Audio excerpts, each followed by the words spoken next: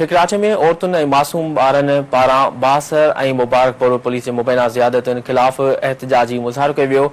वरगुड़ी पाड़े वासण माई वज़ीरा पनाह ख़ातून नूरजहां महतम ऐं ॿियनि जी अॻवानी में पाक किताब खणी एहतजाजी मुज़ाहिरो करे नारेबाज़ी कई वई।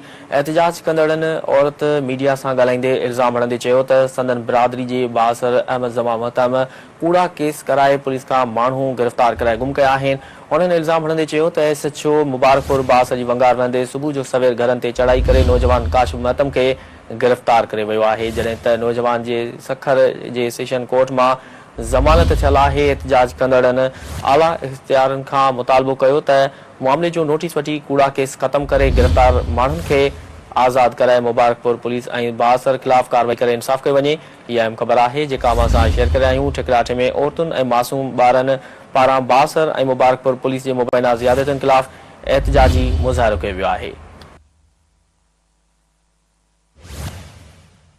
ठिकराठे में औरतुनि ऐं मासूम ॿारनि पारां बासर ऐं मुबारकपुर पुलिस जे मुबैना ज़ियादतुनि ख़िलाफ़ एहतजाजी मुज़ाहिरो कयो वियो आहे। वधीक तफ़सील मालूम कंदासीं। टेलीफोन ते मौजूद आहे मजीद महर।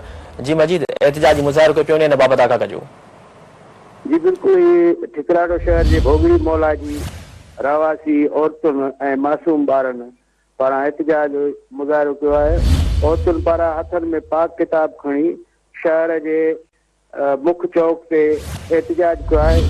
एहतजाज कर औरतुनि इल्ज़ाम हणंदे चयो आहे त संदन बिरादरी जे वॾेरे ऐं मुबारकपुर पुलिस जो SHO खेनि तंग करे रहियो आहे ऐं असांजे माण्हुनि ते कूड़ा केस दाख़िल करे खेनि गुम करे छॾियो आहे। होॾां SHO मुबारकपुर ऐं इल्ज़ाम हेठि आयल सां राब्तो करण ते उन इल्ज़ामनि खे रद्द कयो आहे। जी ठीकु आहे मजीद, तफ़सील ॾियण लाइ वॾी महिरबानी।